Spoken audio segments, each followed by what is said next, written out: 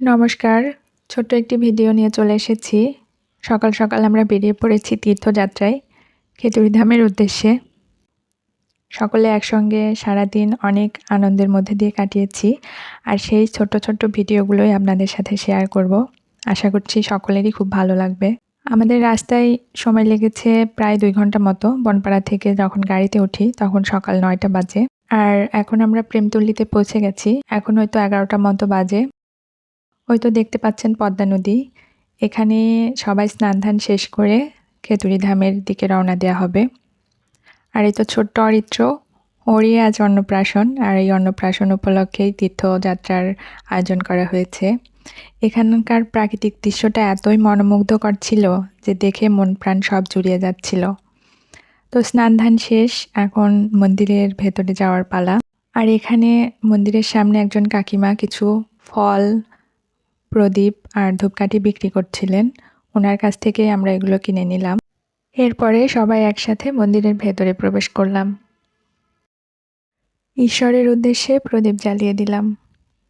তারপরে পরিক্রমা শেষ করলাম সবাই একসাথে। সবাই মিলে এবার মন্দিরে ঠাকুর দর্শন করে প্রসাদ নেওয়ার পালা। এখানে ফল প্রসাদ দেওয়া হচ্ছিল। আমরা সবাই মিলে ফল প্রসাদ গ্রহণ করলাম। আর এখানে ঠাকুরগুলো এত সুন্দর করে সাজানো। দাঁড়ান, খুব কাছ থেকে দেখাই একবার। খুব সুন্দর, তাই না?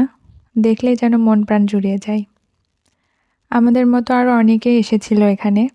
সবাই দেখুন কত ভক্তি আর শ্রদ্ধা সহকারে পরিক্রমা করছে। ঈশ্বর মঙ্গলময়, ঈশ্বর সকলের মনের ইচ্ছা পূরণ করুক, এই প্রার্থনা করি।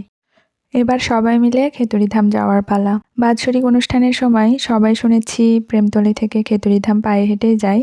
তখন অবশ্য প্রচণ্ড ভিড় থাকে, গাড়ি নিয়ে যাওয়ার অবস্থা তখন থাকে না। সবাই তাই পায়ে হেঁটেই যায়।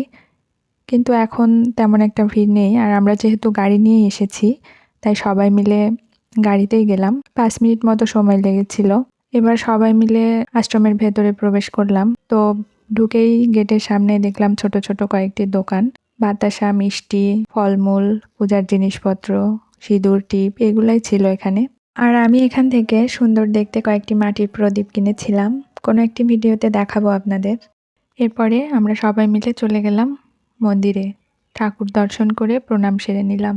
তারপরে মন্দিরের চারপাশটা ঘুরে ঘুরে দেখছিলাম। বেশ সুন্দর একটা জায়গায় আশ্রমটা গড়ে উঠেছে। অনেক নাম শুনেছি, তেমন একটা আশা হয় নাই। এই প্রথমবারই আমি আসলাম। তবে আমাদের সাথে যারা এসেছিল এর আগেও তারা অনেকবার এসেছে। আমাদের মতো আরও অনেকেই এসেছিল ছোট বাচ্চাদের অন্নপ্রাশন উপলক্ষে। আর এই তো অরিত্রর অন্নপ্রাশন শুরু হয়ে গেছে। আজ প্রথম তার অন্ন দেয়া হবে মুখে, ঠাকুরের প্রসাদই প্রথম দেয়া হবে। এরপর থেকে অরিত্র সব কিছুই খেতে পারবে। এরপরে আমাদের খাওয়া দাওয়ার পালা। সবাই একসাথে প্রসাদ নিয়ে নিলাম। অনেক কিছুই রান্না হয়েছিল আর সবগুলো খাবারই বেশ মজার ছিল। খাওয়া দাওয়া শেষ, এবার বাড়ি যাওয়ার পালা। সবাই খুব ভালো থাকবেন। দেখা হবে অন্য একটি ভিডিওতে।